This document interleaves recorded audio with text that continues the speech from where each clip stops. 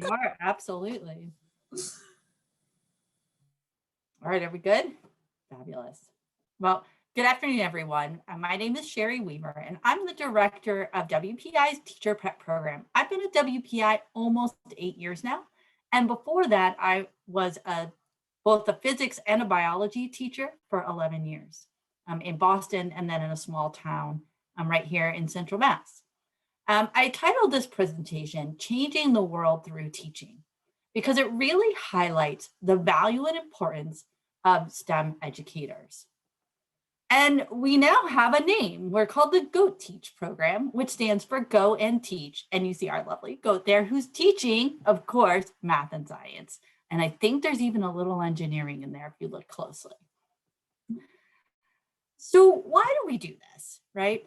We know that there's a critical shortage in STEM, people entering STEM careers. And while there's a critical shortage in that, we know that STEM related job opportunities in the US continue to grow, even in the time, or if not because of the time of COVID.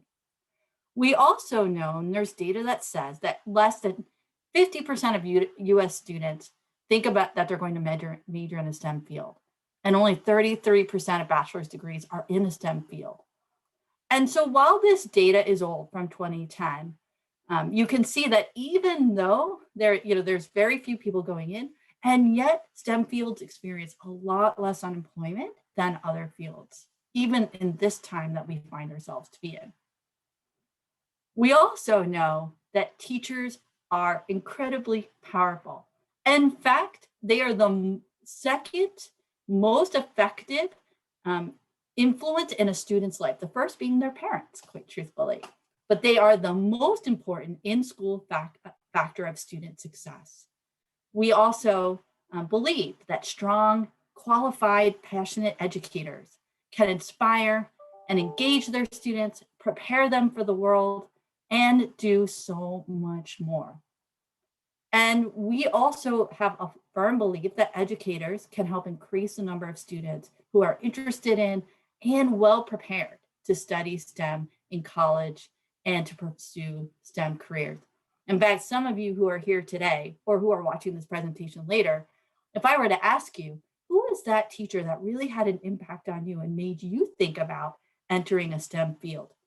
I bet you can think of that person right now, right? Give it a moment. Of course you can. There was definitely a teacher along the way. Sometimes it's a STEM teacher and sometimes not, but that person that encouraged you, engaged you, and put you on the path that you are on today. Interestingly enough, while there is a shortage in STEM workforce, there's also a shortage of qualified math, science, and engineering teachers here in Massachusetts and around the country. This issue is getting national attention and has for years. And I suspect with some of what has gone on with COVID over the past year, that we will continue to experience a STEM teacher shortage for at least the next 3 to 5 years. And so these jobs, which are incredibly important, are also very, very plentiful. But we need students who are getting technical degrees to receive teaching certifications to be those highly qualified teachers in the classroom. While it's important to have teachers with some education background, we know that it's really, really important to have students like yourselves with super strong content knowledge in science, math, and engineering to teach the next generation. So let's talk about the program here. The Teacher Prep program has been around for over 20 years. And in that time has grown from 2 to 3 students a year to 10 students, and now placing students in the classroom as STEM educators. So let's talk a little bit about this program. As part of this program, students receive an initial teaching license in Massachusetts, in addition to their Bachelor's of Science in a STEM field. So you don't get a degree in education, you get a degree in math or civil engineering or robotics or whatever field you're in. But by taking a few additional courses and doing some student teaching and some other clinicals, you get this teaching license in Massachusetts. All of this can most often be done within 4 years. And that's kind of the beauty of our program. That many programs, if you look at other colleges, they need a 5th year to do this. We do it all in 4, which is pretty impressive. So here are some of the requirements that are needed to complete the program. First, you have to complete your bachelor's degree. You have to graduate. Then there are 2 psych classes that we require as part of the teacher prep program. But if you plan well, they also count as your social science requirement. Again, that's how we get more in 4, right? Then there are 2 additional interdisciplinary courses that you must take, but these can count as free electives. Finally, there's the teaching practicum, which is the bulk of the program. And this is when you're a student teacher in the classroom. So literally, you're in a classroom all day, every day, teaching, which is pretty exciting. The way that we fit this in typically is that it counts as your IQP. It can count as your IQP. Some of you might be saying, but you know what? I'm really interested in going abroad for my IQP. I fully support that. If you can go abroad, absolutely go abroad. And so we do have some students, in fact, before COVID times, I would say about 40% of our students went abroad for their IQP and then did their teaching practicum as an independent study. With some careful planning, you can totally do this. I also wanted to mention, and I may say this on another slide, I just don't remember, is that in physics, and this is only true in physics, unfortunately, you can also include, you can count your student teaching as your MQP. And what you do is you do your student teaching with your teacher in the classroom, but you add some physics education research and it counts as a physics MQP, but that's only true for physics. Maybe other degree programs will fall in line at some point. This is just another way of showing some of those program requirements. And I outlined here what we call the pedagogy courses. That's your psych of ed, school psych. And then the 2 interdisciplinary courses are sheltered English immersion. So by being in this program, you are what's called SEI certified, which you have to be in Massachusetts. And then the 4th course is teaching methods in math and science, which you take right before your student teaching. We also have some clinicals, right? So we don't just throw you into student teaching because that sounds terrifying. We have some things that lead up to going into the classroom. And so we have these what are called pre-practicum experiences. So these are teaching experiences that exist in the Worcester community, and they help to prepare you for teaching full-time. And we also do some classroom observations and things like that. And then of course, kind of your pinnacle is that student teaching. The areas of licensure that we provide here at WPI, in high school, you can be licensed in math, biology, chemistry, or physics. In middle school, you can be licensed in math or general science. And then we also have a certification for tech engineering, which spans grades 5 to 12. But if you don't see your major in that, no worries. All STEM majors are welcome. Let me give you just 2 examples. So for example, if you were a robotics major or electrical and computer engineering major or industrial engineering, you can be considered a physics aligned major and you can get a certification in physics. But you can also get a certification in tech ed. You get to choose that. And then some math aligned majors include mechanical engineering, civil and environmental engineering, and actuarial math. In fact, most of our non-mathematics majors that seek math licensures are actually mechanical engineering majors. And so you can do that as well. When does this happen? So I often get asked this question, do you have to apply for the teacher prep program when you apply to WPI? Well, all of you have now been accepted to WPI, of course. And we do, so that's not necessary. So if you feel like, oh, I already got accepted, is it too late? No, it's not too late. You can apply, in fact, in freshman year, and you can also apply in sophomore year. We do recommend applying in freshman year because it gives you that flexibility to plan your 4 years out, just to ensure that you can fit everything in. Around October break, you'll actually get an informational letter home to your permanent address. And then I hold info sessions in November-ish, like end of October, early November. And then you can fill out the applications. I do actually have the applications live on the Teacher Prep website, so you can look at it if you want to. But I don't collect them until mid-November. And then there's an interview process, and then I let you know if you're accepted by December of before you go on winter break. So let's talk a little bit about some of the advantages. And I put this in here because some people might say, well, I can always, maybe I want to be a teacher later. I can just do a teacher prep program later. And certainly you can do that, of course. But here are some of the advantages to doing this as an undergraduate. One, it gives you the ability to teach in middle school or high school right after graduation or later on in your career. And this is something I didn't mention yet, but when you get licensed, that license never expires until you use it. So you graduate, and let's say you want to go into industry for a while. I would say probably about more than half of our students, that's what they do. They want to go into industry. They want that wonderful experience. They plan on teaching someday, but they want to bring that experience into their classroom. So basically, it's like putting your certification on a shelf, and it sits there and it never expires until you take it down and start to use it. And then once you do start using that certification, then you have to, collect PDPs and move up in your licensure. But literally 10 years from now, 10 years after graduation, you can still use that certification, which is pretty fabulous. And so you can actually teach after graduation or later on in your career as you're thinking about doing something different. But let's say you're like, well, I'm not exactly sure if I want to be a teacher in the classroom. Maybe I just want to be an educator because I think we're all educators of some sort. There are quite a few benefits to participating in this program, even if you're not sure that you want to be a classroom teacher.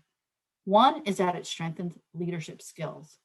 Two, it increases your ability to articulate content, technical content, to a wide audience. These two skills are really valuable for future employers in industry. They're really looking for people who can do this, who can communicate, who can work together, and who have strong leadership skills. The last is, and maybe this is a personal one for me, is that it provides a greater understanding for you of how the K-12 system works and how that moves students through a career pipeline. And it makes you sensitive to that. And so you'll find that even as you go into industry, you will be open to outreach and to engaging with K-12 school communities because of your love of your content area and your position. All right. So I also wanted to tell you about something that just recently happened. In fact, it started April 1st. So you're the first really large audience that I get to say this in front of. So this is pretty exciting. So we just received the Robert Noyce Teacher Scholarship Grant. And this is a $1.2 million grant over 5 years. And what it does is it provides scholarships for all of you who want to teach. And these scholarships are provided for up to $20,000 a year for 2 years. You will be applying in your sophomore year. As part of this program, you receive additional training and career counseling. And then your commitment is to teach in 2 years in a high needs school for each 1 year of scholarship received. So if you receive 2 years of the Noyce scholarship, you commit to teaching for 4 years in a high needs school district. That commitment has to be met within 8 years of graduation. What's nice about that is it gives you some flexibility. So even for students who are taking this scholarship and they say, I want to go to grad school for a couple of years, or I want to go into industry for 2 to 3 years, you can totally do this scholarship, still go into industry, and meet your commitment all at the same time. So you really can have it all. Oh, this just says the same thing. Oh, okay. So I realized though, I realized I don't have a slide about this, so I'll just tell you about it. So some other opportunities that we have as part of this grant is a STEM education summer internship. And this is an internship that you can take part in at the summer of your freshman year or your sophomore year. And it's an 8-week full-time paid internship. in which you work with K-12 students in the Worcester and Leominster community at Girls Inc., at Latin Education Institute, or the Boys and Girls Club in Leominster, or Worcester Parks and Rec. So those are the 4 organizations that we're working with. So it's an 8-week full-time paid internship. That's pretty exciting. And basically that is all I have. I realize that I can't see the questions, so maybe, oh wait. That's okay, I can. Fabulous. I'm gonna help you out. So Sherry, actually there's some great questions that came in. You were talking about the teaching practicum and the independent study and trying to make it happen all in 4 years. And one of the questions is, does completing this teaching practicum as an independent study ever extend your graduation beyond that 4-year component? We haven't had that yet. So the only students for which they have not been able to complete it in 4 years are students who have had to take leave for some other reason. So often these are students who have had to take a medical leave, especially in the last year or so, right? There's been so much going on. Or students who do the BSMS program, things like that. But unless, or if they change their major. Although I actually had a student, no lie, changed his major junior year and still was able to complete the program. I think he just front loaded a bunch of stuff. It happens. So I think with some really careful planning, this can totally happen. I know kind of to piggyback off that, because I get asked this quite often, can I have a minor, a major, a minor in teacher prep? You can, again, it does take some careful planning. I did have a student once who had a double major. He was doing robotics and something else. No, it was aerospace. It was aerospace, and I don't remember what the second one was. And he was able to do that. And actually, he came from a different country, so he didn't even have the AP credits. Of course, those of you who come in with AP credits, you have a lot of flexibility in your schedule. So it definitely varies from person to person. It's a great question. Yeah, that is a great question. And it's a great way to highlight that flexibility, because I know we talk about a lot too. So it's really cool to hear. There's those communications that you're having with your advisor as you're kind of picking and choosing. And the more you know up front about what you may want to pursue, the easier those conversations and pathways can become made clear. Yeah. There is another question in there, and this is actually with regards to the Noyce scholarship, which I had heard about earlier this week only because I did the physics session.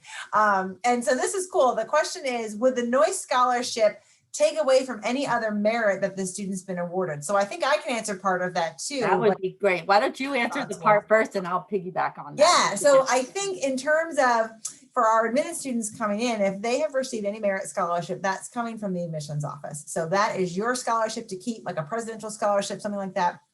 That is your money to keep for the 4 years that you're here as an undergraduate student. Now, this scholarship looks like something completely separate. So not done through our office. So it won't impact the aid that you've already earned from us, that you get to renew all the 4 years that you're here. So I'll kind of finish the other, what does the Noyce scholarship look like? Yeah, so absolutely. So the intention of the Noyce scholarship is to reduce the amount of loans that you have to take. And so it could potentially reduce the number of loans you're eligible for, because the idea is we want you to not have to take loans because that facilitates your ability to enter the classroom. So we found some students who really wanted to go into teaching, but were a little bit nervous about paying off significant student loans. And so that's what this is designed to kind of mitigate. And so, really take the place of those student loans. Got it. That makes sense. And also the requirement to work full time and all those other things that all of you do. Yes, to try to pay the bill. Mm-hmm. Okay. Oh, that's great. That's actually a great question. I'm glad that was asked because that can be confusing. But yeah, think of it, I guess the best way to think of it is, think of it as two separate things. There's what you're earning as you've come in as a first year student. And then this is one of those programs that you would qualify for as you are here as a student within a program. So that's good to know. Those are the two biggest ones that we had, Sherry, that I wanted to make sure we got coverage on. Anything else? Any other popular questions that maybe you've gotten in the past when we've been able to do live sessions that you're thinking about? I don't know. I know I am always thinking about, what do I often get asked on the road? I like there's multiple, you don't have to fall into certain categories to pursue this. I like that option as well. Absolutely. So one of the questions I typically get asked is, if you have your license in Massachusetts, how does that translate to licenses in other states? Yep. So the license in Massachusetts is actually pretty highly sought after. And so it translates pretty well to most states. And I actually work with students who are going outside of the state to help them get their license in other states as well. So even after you graduate, you all end up with my cell number, you all end up with my email. And so I'll get emails and texts about, I just recently had a student get his license in New Jersey. And so he needed some documentation from me, which I was able to provide. I will say the only states that are a little bit wonky are New York and California, but I've been doing some extensive research on how to help students navigate that system. And so, so we work with you, we figure out if you want to be a teacher, where do you want to go? And then we help you get there. We help you figure out that process of getting that license. The other thing I wanted to mention, it has to do with this Noyce scholarship, is if you get the Noyce scholarship, right, you have that 4-year commitment. If you get 2 years of a scholarship, those 4 years can be completed anywhere in the United States. So any state you end up in, as long as it's a high needs school district. And high needs school districts are defined by the socioeconomic status of the students, teacher turnover, or lack of highly qualified or certified teachers in the classroom. And so, so this will work no matter where you want to end up. Got it. Got it. So that's nice to know. There's not really as much of a limitation in terms of that either, in terms of location. Wow. Yep. Yep. Now, I'm just, for my own curiosity, as I would imagine, I can picture students asking the question also, just for curiosity's sake, are a lot of the schools that our students are doing their practicums in, like, local to the Worcester area? Is that predominantly where they're doing their practicums, the Worcester Public Schools, or? Yeah, so that's a great question. We predominantly place right here in Worcester because this is where we are. And it's a really wonderful way of connecting with our community. So our pre-practicum experiences where you go in and you teach a lesson to an after-school program, those happen right here in Worcester. And then typically you will be placed in Worcester. But I do also place in some surrounding areas because we max out, especially physics, because there aren't a lot of physics certified teachers. So I have to kind of go out to like Holden or, Clinton or those types of places. And Tech Ed is the same way. But certainly most of our student teachers are at Doherty, which is walkable. In fact, I'm convinced it's quicker to walk there than to drive there, depending on when you're doing Definitely. And Worcester Tech, which isn't too far either. And for middle school, we typically place at Forest Grove, which is also walkable. It's a little bit of a walk, but it is walkable. And this year we found that students are learning learning to carpool because we're trying to place them in groups. And that makes it, not only is it great because you get to carpool, but you also get to talk about your day, which is really unique to anyone else on WPI's campus.